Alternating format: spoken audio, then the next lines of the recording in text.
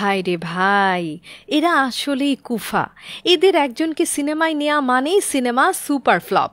রাশ্মিকা মান্দানাকে যেমন বলা যায় প্রডিউসারদের লাকি চার্ম, তেমনি এরা হচ্ছে বক্স অফিসের কালো জাদু। চলুন দেখি বলিউডের টপ 5 ব্যাড লাক নায়িকা কারা।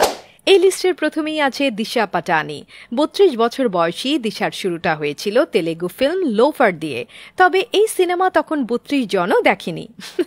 এরপর বলিউডে MS ধোনি করে সে কিছুটা ফুটেজ পেয়েছিল, তবে সেই সিনেমার আসল নায়িকা ছিল কিয়ারা আদভানি। ইনফ্যাক্ট বিরতির আগেই দিশাকে মেরে ফেলা হয়েছিল। মনে হয় মেকাররা বুঝতে পেরেছিল তাকে মেরে না ফেললে তাদের সিনেমায় মরে যাবে। ও মাই গড। এরপর ক্যারিয়ারের পরপর অনেকগুলো বিগ বাজেটের অ্যাকশন ফিল্ম করলেও এর একটাও বক্স অফিসে হিট করেনি। এর মাঝে টাইগার শ্রফের গার্লফ্রেন্ড হিসেবেও তিনি কিন্তু বেশ ট্রেন্ডিংয়ে ছিলেন। তবে সিনেমা ফ্লপ করলেও দিশা কিন্তু একজন সোশ্যাল মিডিয়া ইনফ্লুয়েন্সার। জাস্ট ইনস্টাগ্রামেই ফলোয়ার আছে 61 মিলিয়ন। ওয়াও! এখান থেকে ব্র্যান্ড এন্ডোর্সমেন্ট করে করেই তার ব্যাংক ব্যালেন্স এখন 150 কোটির বেশি। মাই গড! এই মুহূর্তে এক একটা সিনেমা করে তিনি 4 থেকে 5 কোটি টাকার মতো পান। এত ফ্লপ দেওয়ার পরেও এটা খারাপ কি বলেন তো? এরপর আছে 34 বছরের পূজা হেগড়ে। পূজা কিন্তু মিস ইউনিভার্স ইন্ডিয়াতে রানার্স আপ হয়েছিল। তবে সিনেমায় তার স্পেশালিটি হচ্ছে সাথে যত বড় সুপারস্টারই থাকুক না কেন, পূজা একাই সেটা ডোবাতে যথেষ্ট। এমনকি ঋত্বিক রোশন, সালমান খান বা প্রভাসের মতো সুপারস্টাররাও তাদের সিনেমা বাঁচাতে পারেনি রে ভাই। তবে তার ক্যারিয়ারে একটা মাত্র ব্লকবাস্টার আছে, যার নাম AVPL। অবশ্য এটা 300 কোটি টাকার ব্যবসা করার আসল কারণ ছিল আল্লু অর্জুনের স্টারডম। পূজা এখন পার ফিল্ম চার্জ করছেন 5 থেকে 6 কোটি রুপি। এর সাথে বিজ্ঞাপন আর স্টেজে পারফর্ম করে তার ইনকাম একেবারে খারাপ না। কিন্তু কুফা নায়িকাদের লিস্ট করা হবে আর তাতে নার্গিস ফাকরি থাকবে না, এটা হতেই পারে না। পরিচালক ইমতিয়াজ আলী যে কোন কুক্ষণে এই মডেল কন্যাকে ধরে বেঁধে সিনেমায় নিয়ে এসেছিল তা আল্লাহ জানে।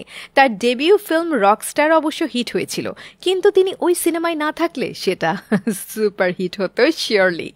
এতদিন বলিউডে কাজ করেও নার্গিস এখনো ভালো করে হিন্দি বলতে পারেন না, আর তার অভিনয়ের কথা যত কম বলা যায় ততই ভালো।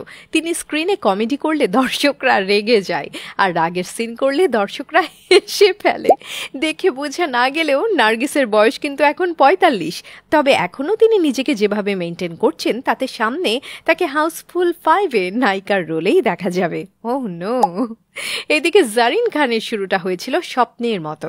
সালমান খানের সাথে তাকে বীর মুভিতে দেখে তখন অনেকেই বলছিল যে নেক্সট ক্যাটরিনা কাইফ চলে এসেছে, কিন্তু পরে দেখা গেল তার ক্যারিয়ার রাখি সাভান্তের চাইতেও খারাপ হয়ে যাচ্ছে।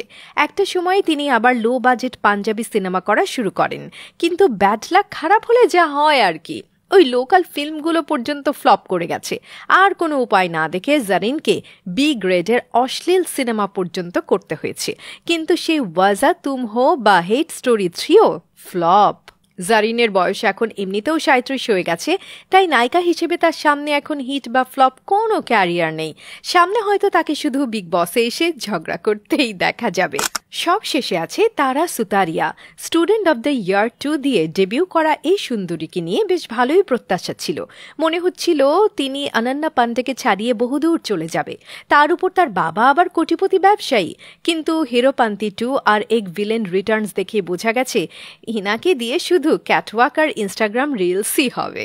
সো ফ্রেন্ডস, আপনাদের কি মনে হয় এই লিস্টে আর কাকে কাকে ঢোকানো যায় বলেন তো? প্লিজ এটা একটু জানিয়ে দিন কমেন্ট সেকশনে।